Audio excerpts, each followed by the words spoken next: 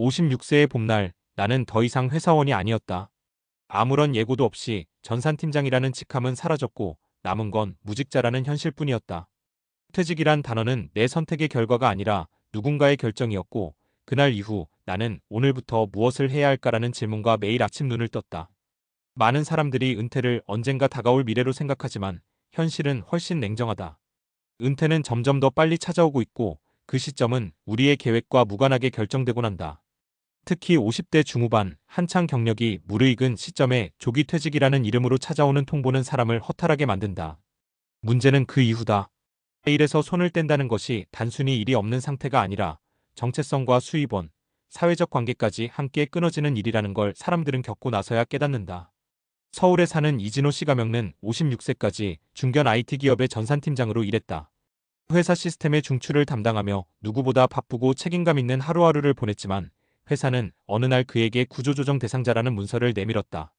정말 웃겼어요. 제가 만든 시스템으로 제가 퇴사 처리되더군요. 퇴직 후 이 씨는 한동안 자존감이 바닥까지 떨어졌다고 한다. 문제는 경제적 현실이었다. 국민연금은 62세부터 수령 가능했고 아직 6년이 남아 있었다. 다행히 과거 회사에서 퇴직연금 DB형을 운영해온 덕분에 1억 2천만 원가량을 수령했고 이를 바탕으로 당분간은 생활이 가능했지만 문제는 그 이후였다. 이 씨는 퇴직 후 1년간 재취업을 시도했지만 번번이 나이에서 걸렸다. 이제는 제 나이에서 할 수 있는 일을 스스로 찾아야겠더군요. 이후 그는 평소 관심 있던 IT 기초교육 강사로 전환해 공공기관과 구청에서 어르신 대상의 디지털 교육을 시작했다. 큰 수입은 아니지만 자신이 쌓은 경력이 누군가에게 여전히 쓸모 있다는 사실이 큰 위로가 됐다. 두 번째 사례는 지방자치단체에서 30년을 근무한 공무원 출신 김영자 씨가 명다. 59세 정년퇴직을 앞두고 있었지만 최근 조직 개편으로 명예퇴직을 권유받았다. 몇 달 고민 끝에 퇴직을 선택했지만 마음 한켠이 허전했다. 김 씨는 정년까지 근무한 덕분에 공무원 연금 수급 자격을 갖췄고 60세부터 월 200만 원가량의 연금을 받을 예정이다. 하지만 문제는 퇴직 후 1년의 공백기였다. 연금이 시작되기 전까지의 생계비와 노후 주거 계획이 명확하지 않았던 것이다. 은퇴 직후가 이렇게 허무하고 무서운 시기일 줄 몰랐어요. 정작 시간이 많은데 뭘 해야 할지 모르겠더군요. 그녀는 공무원 시절 함께 일했던 기관의 요청으로 시간제 행정지원 업무를 맡게 되었고 이 일이 다시 새로운 루틴을 만들어줬다고 한다. 적은 급여지만 나를 필요로 해주는 곳이 있다는 게 감사했어요. 덕분에 연금이 나오기 전까지도 경제적으로 불안하지 않았고요. 세 번째는 조기 전역한 군인 출신의 박동훈 씨가 명 이야기다. 47세에 군인연금 수급을 시작한 그는 연금 외에 어떤 일로 제2의 인생을 살아갈지 고민이 깊었다. 정년보다 빠른 퇴역은 안정적인 수입이 생기긴 했지만 아직 갈 길이 멀었기 때문이다. 매달 나오는 연금은 고맙지만 생활비로는 충분하지 않았어요. 특히 애들 교육비나 갑작스러운 병원비는 전혀 대비가 안 되더라고요. 박 씨는 젊을 때부터 쌓아둔 개인연금이 있었지만 그마저도 60세부터 수령 가능해 당장의 생활비에는 큰 도움이 되지 않았다. 고민 끝에 그는 군 시절 익힌 행정 경험과 체계적인 업무 역량을 활용해 지역사회의 청년 창업 컨설팅 업무에 참여하게 됐다. 군 출신이라는 배경이 신뢰감을 더해 주었고 오히려 민간 영역에서 정확하고 빠른 일 처리라는 강점이 돋보였다. 누구나 50 이후에는 자신이 가진 경험을 쓸모있게 전환할 수 있는 방법을 고민해야 해요. 나를 다시 소개할 언어가 필요한 거죠. 이 세 사례는 하나의 공통점을 갖고 있다. 은퇴는 누구에게나 예고 없이 찾아올 수 있고 그 이후 삶을 위한 준비는 연금만으로는 부족하다는 점이다. 공적연금이든 사적연금이든 일정 시점부터 수령이 가능하긴 하지만 그 사이 공백기 또는 수급액 부족으로 인한 고민은 필연적이다. 그리고 가장 중요한 건 역할 상실로 인한 정체성의 혼란이다. 많은 사람들은 은퇴 이후 이제 뭘 해야 할까라는 질문 앞에서 한동안 멍해진다. 연금은 버팀목일 수는 있지만 삶의 방향을 잡아주지는 못한다. 그렇다면 은퇴는 어떻게 준비해야 할까? 첫째, 경제적 시뮬레이션이 필요하다. 국민연금공단 사이트나 퇴직연금 운영사의 퇴직 후 자산 예측 도구를 활용해 미래의 현금 흐름을 미리 점검해야 한다. 단순히 연금 수령액만 볼 것이 아니라 연금이 시작되기 전까지의 생계비 공백을 어떻게 메울지까지 계획에 포함해야 한다. 둘째, 은퇴 후 나의 두 번째 직업을 미리 그려보는 것이 중요하다. 지금 하고 있는 일을 축소해서 계속할 수 있을지 아니면 새로운 교육을 통해 전환 가능한 분야가 있는지를 진단해야 한다.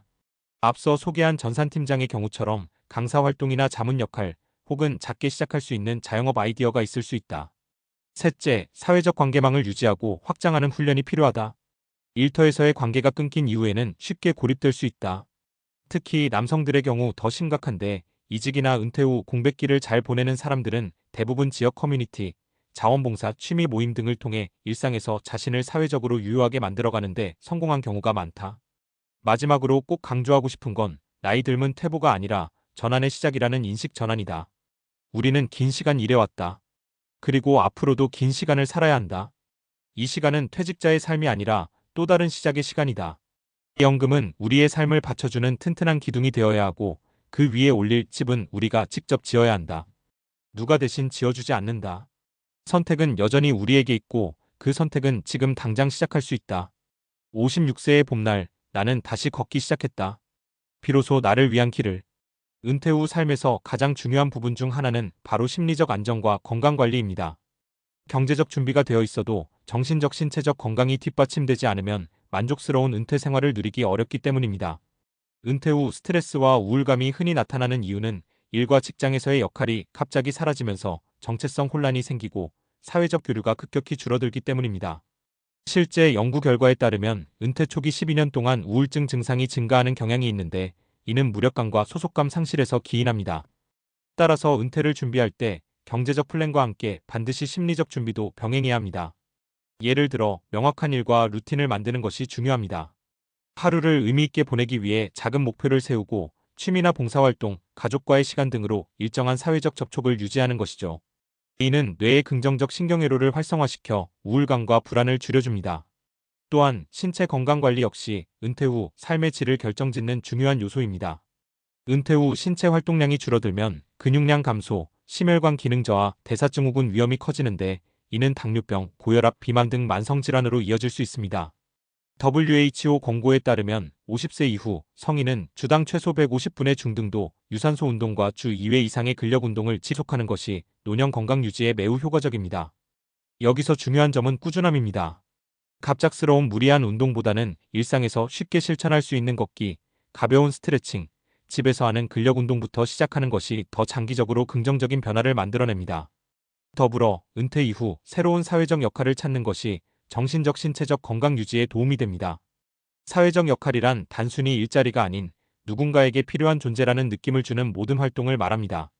봉사, 멘토링, 동호회 활동 등이 그 예입니다. 이 활동들은 사회적 지지를 확대하고 인지 기능 저하를 늦추며 삶의 만족도를 높이는 데 효과적임이 여러 연구에서 확인되고 있습니다. 정리하면 은퇴 후 건강한 삶을 위해서는 다음 세 가지가 핵심입니다.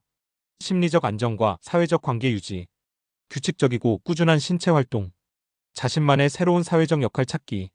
이 세 가지를 은퇴 전부터 미리 준비하고 실천한다면 경제적 준비뿐 아니라 마음과 몸 모두 건강한 은퇴 생활을 누릴 수 있습니다. 은퇴는 끝이 아니라 새로운 삶의 시작이라는 점을 기억하며 지금부터 작은 습관을 쌓아가길 권합니다.